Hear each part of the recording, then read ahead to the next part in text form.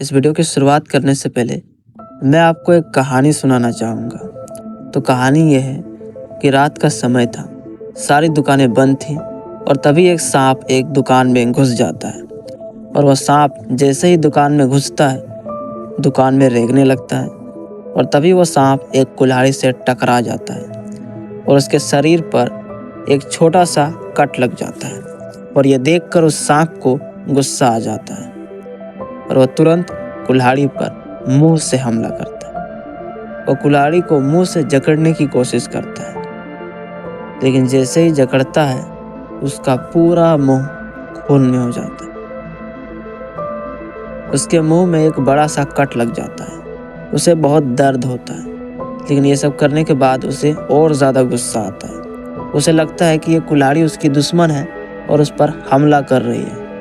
तो वो अपने पूरे शरीर से उस कुल्हाड़ी के मुंह को लपेट लेता है और वह सांप वहीं पर कट कर मर जाता है। अब आप इस वीडियो को पॉज करो और कमेंट में बताओ कि यहाँ पर किसकी गलती थी।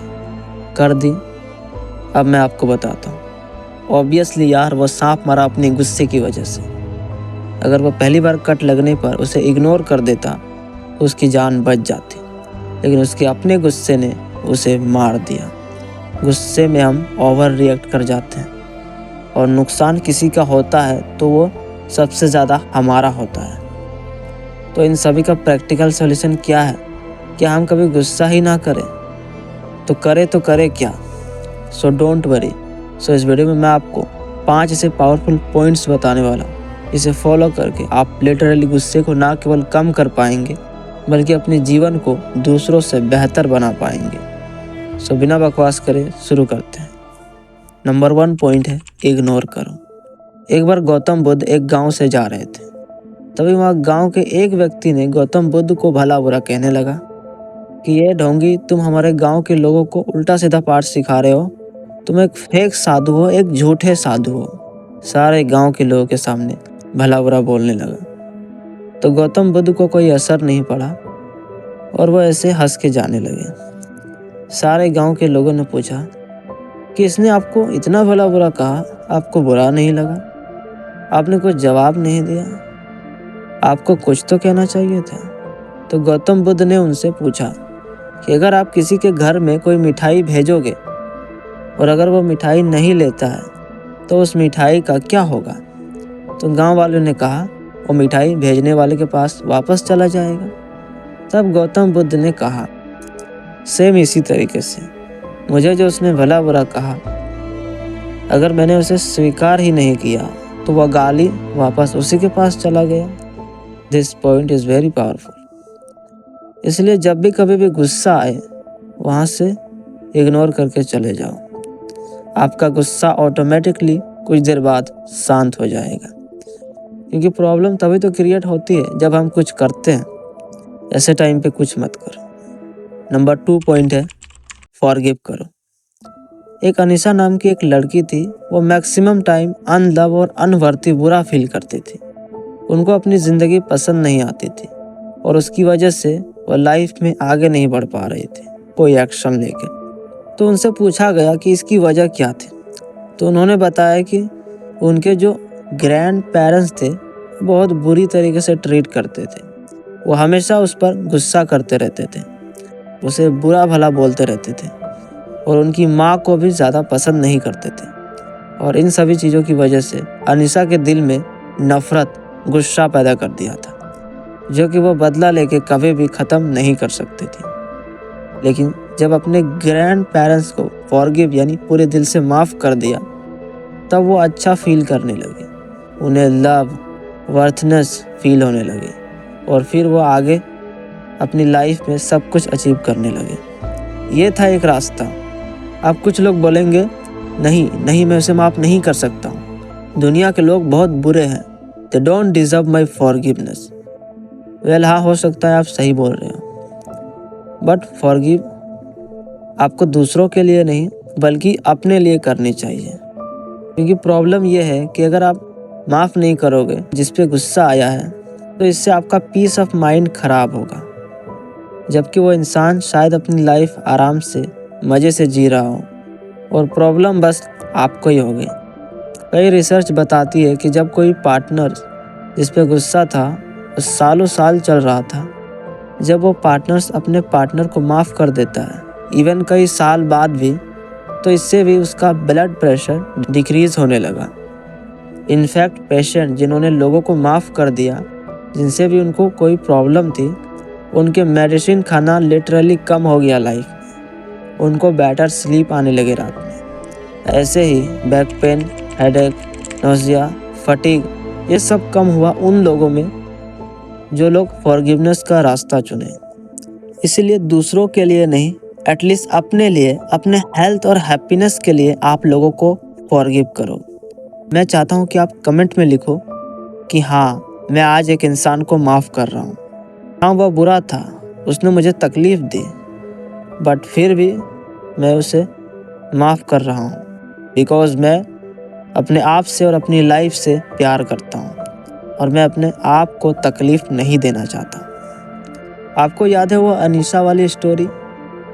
उसमें जो औरत थी ना, उसने भी जब अपने ग्रैंड पेरेंट्स को पूरे दिल से माफ़ कर दिया, तभी वो अच्छा फील करने लगे। उन्हें लव, वर्थनेस फील होने लगे और फिर वो आगे अपनी लाइफ में सब कुछ अचीव करने लगे।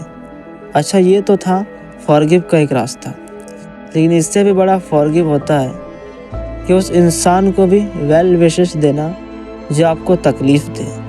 हाँ, मानता हूँ ये इम्पॉसिबल है। पूरी दुनिया में, पूरे हिस्ट्री में बस कुछ ही लोग आज तक पैदा हुए हैं जिन्होंने उनके लिए भी अच्छा सोचा जो उनको तकलीफ़ देते थे। जैसे अगर मुस्लिम में देखें तो वह नबी थे, बुद्धिज़्म में देखें तो वह गौतम बुद्ध थे। वैसे ही मैं चाहता हूँ कि आप कमेंट में बताओ कि आपके दिमाग में और कौन आया। और देखो, मैं हमेशा यही बोलूँगा कि आपका मकसद होना चाहिए सबको प्रेरित करना, खुशियाँ बांटना ज़्यादा से ज़्यादा लाइफ में।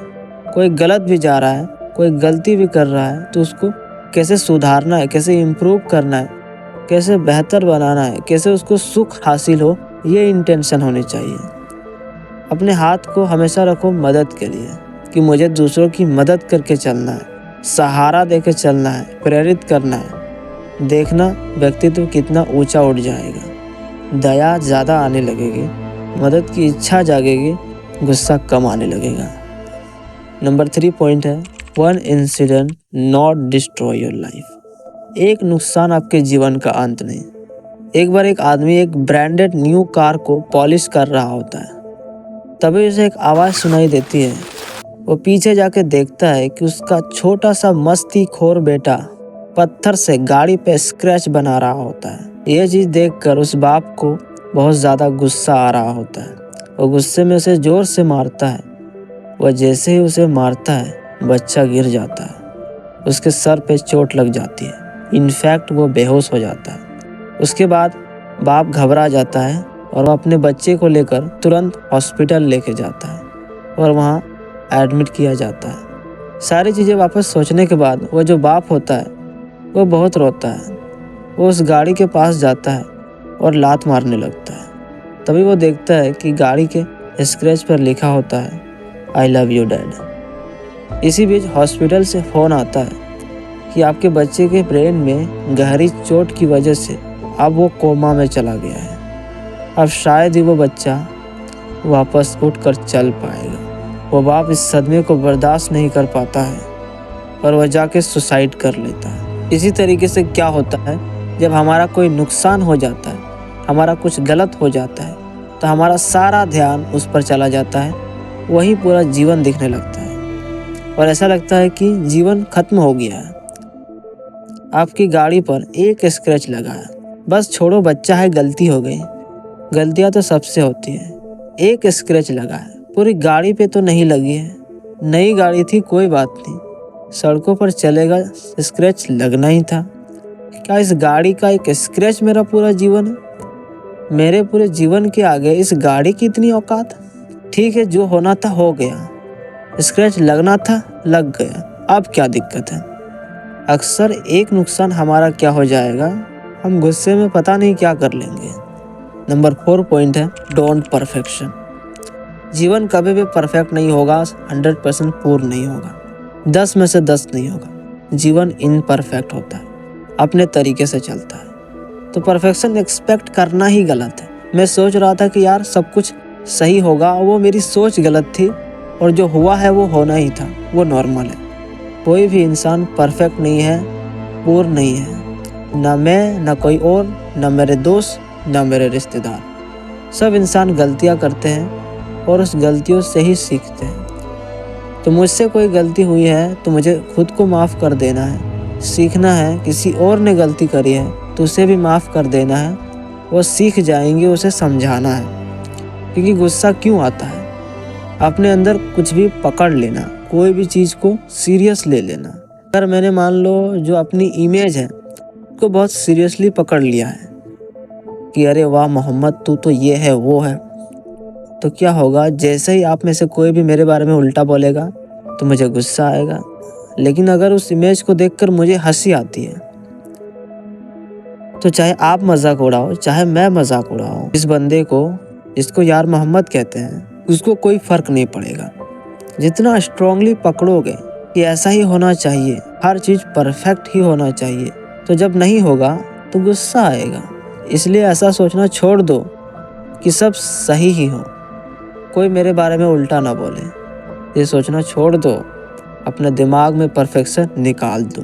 नंबर 5 पॉइंट है एक्सप्रेसिवनेस, यानी आप अपने बात को क्लियरली सामने वाले तक पहुंचा देते हैं। अगर ये समझ लिया तो कमाल हो जाएगा। फॉर एग्जाम्पल, आपके बॉस आपको सबके सामने चिल्ला देते हैं, नेचुरली बुरा तो लगेगा, लेकिन अगर हम एक्सप्रेसिवनेस का रास्ता चुने तो हम अपने बॉस से बहुत क्लियरली अपने मन की बात एक्सप्रेस कर सकते हैं कि सर मुझे ना बहुत हार्ड फील होता है जब आप मुझे सबके सामने ज़ोर से चिल्ला देते हैं। इससे कहीं ना कहीं मेरे काम को डीवैल्यू करता है। अगर मेरी गलती भी है तो क्या हम आगे से इन कॉन्वर्सेशन को अकेले में कर सकते हैं? सॉल्यूशन ढूंढेंगे। ऐसे में ना तो अपने बॉस के प्रति वायलेंस दिखाया ना अपने प्रति वायलेंस दिखाया, एक सॉल्यूशन ढूंढा। जब भी हमको गुस्सा आता है हमारी रिस्पॉन्सिबिलिटी है कि दूसरे तक अपने मन की बात पहुंचाना। तो आगे से जब भी गुस्सा आए तो आप बोल सकते हैं I feel hurt, I feel disappointed. जब आप अपने से शुरुआत करते हैं तो आप दूसरे को समझने के लिए मौका देते हैं। और हाँ, आपको बहुत पोलाइटली बोलना है, सामने वाले से बहुत प्यार से बातें करना है। और एंड में यही बोलूँगा कि हमेशा आपकी इंटेंशन होनी चाहिए कि मेरी वजह से किसी को दुख ना पहुँचे, कोई रोए ना, कोई परेशान ना बैठे। दिल में करुणा का भाव रखें। कहते हैं अगर खुद को प्रसन्न देखना चाहते हैं तो करुणा का भाव रखें, लेकिन अगर दूसरों को प्रसन्न देखना चाहते हैं तो फिर भी वही करना है, करुणा का भाव रखना है। एक कोट्स है जो आने वाले टाइम में बहुत ज़्यादा हेल्प करेगा कि गुस्से के टाइम थोड़ा रुक जाए और गलती के वक्त थोड़ा झुक जाए। आपकी आधी से ज़्यादा प्रॉब्लम तो यूँ ही सॉल्व हो जाएगी। तो इस वीडियो में इतना ही। ऐसा ही इंटरेस्टिंग तरीके से एक और वीडियो बनाया है कि ज़्यादा बोलने के क्या क्या नुकसान है, यहाँ क्लिक करके देख सकते हैं।